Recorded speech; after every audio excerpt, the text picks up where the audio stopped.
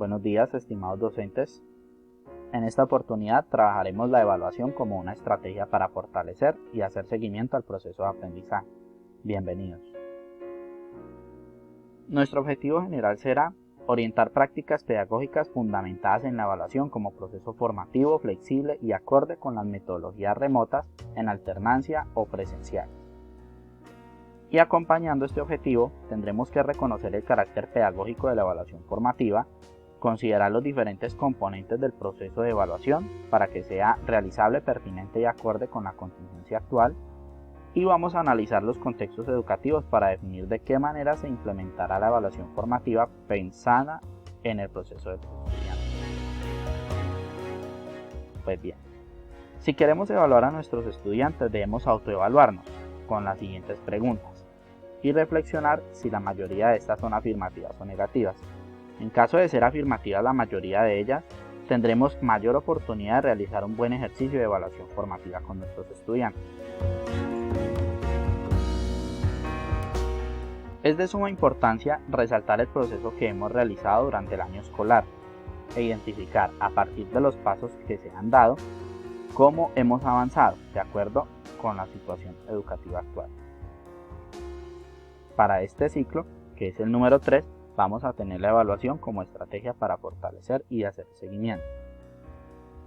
Pues bien, debemos tener presente que la evaluación se ha visto dinamizada por dos acciones fundamentales, que es flexibilizar y desmotivar, y tener en cuenta lo que está derivando de ellas actualmente, como lo son el costo emocional, el uso de herramientas, el aprendizaje independiente, la equidad, las expectativas y los objetivos integradores. Lo mencionado permite abordar un sinfín de situaciones que han obligado a las instituciones educativas a redireccionar algunos aspectos del CIE, como el plan de contingencia ante la pandemia en la educación actual. Recordemos que la evaluación como proceso nos permite tener una visión de la integralidad del ser, nos permite organizar planes y programas en los establecimientos educativos, teniendo en cuenta las características individuales de los estudiantes, lo cual va a permitir flexibilizar el currículo. Y finalmente, permite ser sistémica porque parte de los objetivos, las metas y los aprendizajes para organizar ese proceso de enseñanza-aprendizaje que desarrollamos en nuestras instituciones. Dentro de esta evaluación como proceso, debemos recordar también que los propósitos fundamentales de la evaluación son revisar el estado de los aprendizajes de los estudiantes para identificar sus debilidades y sus fortalezas. Debemos tener en cuenta también el propósito de proponer metodologías de seguimiento a partir de los hallazgos que se realizaron. Luego de esto, establecer unos criterios para la construcción de planes de apoyo, planes de mejoramiento y planes de seguimiento. Y finalmente, hacer una retroalimentación para que logremos que estos propósitos sean cíclicos. Pues bien, vamos a trabajar las fases de la evaluación. Y en este aspecto es muy importante recordar que la evaluación siempre va a girar en torno al estudiante, en torno a nuestros estudiantes. Entonces, como primer fase tenemos la definición de objetivos de aprendizaje. Como segunda fase tenemos establecer criterios de evaluación. La tercera fase tiene que ver con la definición y construcción de instrumentos. La cuarta fase desarrolla estrategias pedagógicas. La quinta fase es la aplicación y recolección de evidencias. Y finalmente, la sexta fase corresponde a la toma de decisiones. Vamos a profundizar un poco en ellas. Dentro de la definición de objetivos, se alude al comportamiento que esperamos que tenga el estudiante una vez se implementen las estrategias pedagógicas que hemos diseñado. Así pues, hablamos de desarrollar habilidades y aptitudes de los estudiantes, también hablamos de adquirir información y desarrollar nuevos conceptos, y finalmente, los cambios de hábitos, la cimentación de puntos de vista y las acciones o actitudes relacionadas con valores. Esto contribuye a lograr una evaluación formativa. Y a continuación vamos a ver los ejemplos de objetivos de aprendizaje. Un objetivo de aprendizaje responde a la pregunta ¿qué queremos alcanzar? Menciona la habilidad que se va a adquirir y la circunstancia o la situación a través de la cual se va a adquirir ese aprendizaje y se va a alcanzar ese objetivo. Entonces aquí podemos ver dos ejemplos. El primero tiene que ver con comprender y el segundo con reconocer. En la segunda fase, para establecer criterios de evaluación, es importante tener en cuenta qué es lo que se necesita. Entonces aquí tenemos que los docentes deben conocer que los criterios de evaluación son reglas que determinan y valoran el trabajo del estudiante y responden a la pregunta ¿cómo valorar los desempeños de los estudiantes? Responde también a la pregunta, o mejor dicho, ¿para qué me sirve? Pues sirve para que sean punto de referencia y den claridad en la valoración de evidencias de los desempeños, con equidad y transparencia. Y finalmente, ¿qué requieren estos criterios de evaluación? Establecer qué evidencias de aprendizaje puedo valorar. Vamos a ver un ejemplo muy corto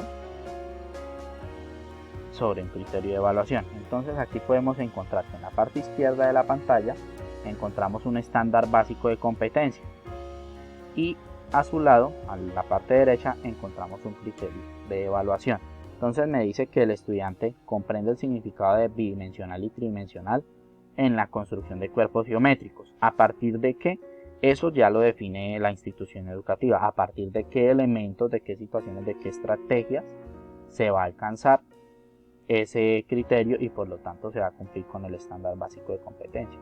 Recordemos que esto lo tenemos referenciado con el documento 9, que son los estándares básicos de competencias, y el documento 11, que es el decreto 1290, que actualmente está enmarcado en el decreto ley 1075 del año 2015.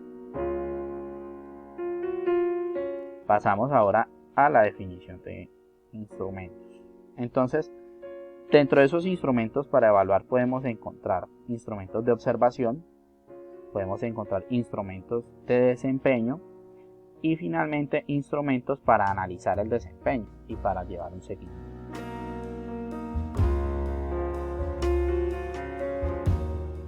Encontramos el desarrollo de estrategias pedagógicas. Entonces, dentro de estas estrategias pedagógicas se hace necesario que conocer las características de los estudiantes, valorar esos presaberes que ellos tienen, relacionar el contenido que vamos a abordar, revisar la intencionalidad que tienen esos contenidos, valorar la efectividad que tengan durante el proceso de aprendizaje y finalmente revisar el progreso de los estudiantes. ¿Para qué? Para realizar un ejercicio de valoración permanente y que sea formal.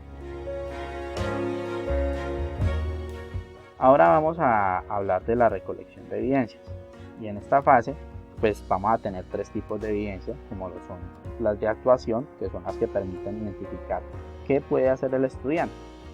Tenemos las de producto, que muestran el resultado tangible o una creación por parte del estudiante. Y finalmente vamos a encontrar las de conocimiento, que son aquellas que responden a lo que sabe el estudiante, haciendo referencia al saber hacer y al saber ser.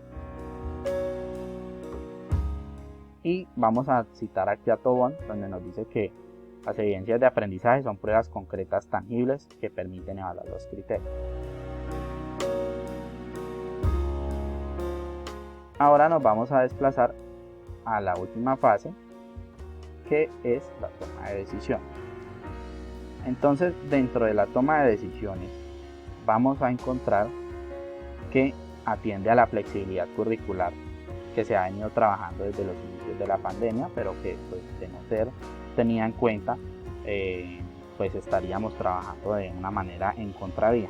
Entonces es importante resaltar esta flexibilidad curricular. Esta flexibilidad curricular desde la evaluación permite dar una retroalimentación, nos permite tomar evidencias del proceso formativo y finalmente pues entonces está comprendida por lo que aprendió el estudiante, por lo que le falta aprender y lo que quiero que aprenda.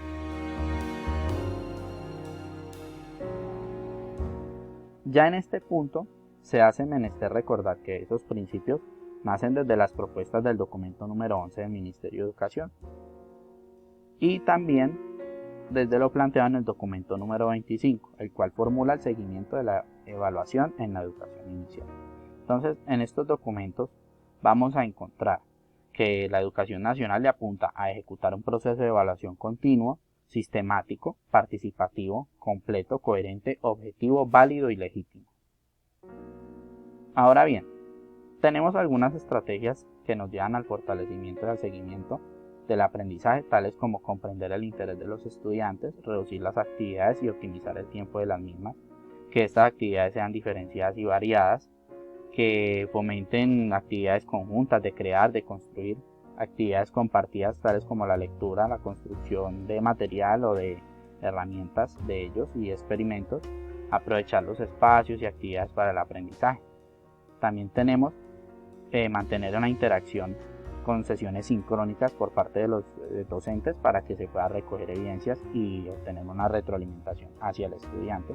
Mantener un horario establecido, asignar periodos de estudio, periodos de tiempo y que la disponibilidad del docente sea indispensable. Tendremos compartir experiencias de los estudiantes con sus demás compañeros, con su grupo, y permitir la retroalimentación. Acompañar mediante mensajes, llamadas y optimizar los recursos e instrumentos de evaluación. Así pues, querido docente, lo invitamos a reflexionar sobre sus guías de aprendizaje o sobre su planeación. En los objetivos de aprendizaje, ¿se cumplió? En los criterios de evaluación, ¿nos permitieron evaluar? En los instrumentos de evaluación que utilizamos, ¿permitieron recoger esa información relevante? En las estrategias pedagógicas, ¿sirvieron? ¿Fueron efectivas? En las evidencias, ¿qué tipo de evidencias podemos obtener? Y a partir de esta reflexión, pues vamos a empezar a tomar decisiones, mis profes. A continuación, los invito a reflexionar y a responder también la pregunta de salida por el medio que su tutor disponga, sea Google Forms o sea de manera sincrónica. Entonces, a responder la pregunta: ¿qué acciones se podrían implementar para poner en práctica la evaluación enfocada en los procesos de aprendizaje y no en la calificación? No se trata de asignar notas o de calificar un trabajo o una evaluación escrita, ¿acaso esto forma o da cuenta de las competencias de los estudiantes? Se trata de mejorar y de acompañar el proceso. Entonces, les agradezco mucho su atención. Desde el programa Todos Aprender, esperamos seguir dinamizando y contribuyendo en su proceso de evaluación de los estudiantes. Muchas gracias y feliz día para todos.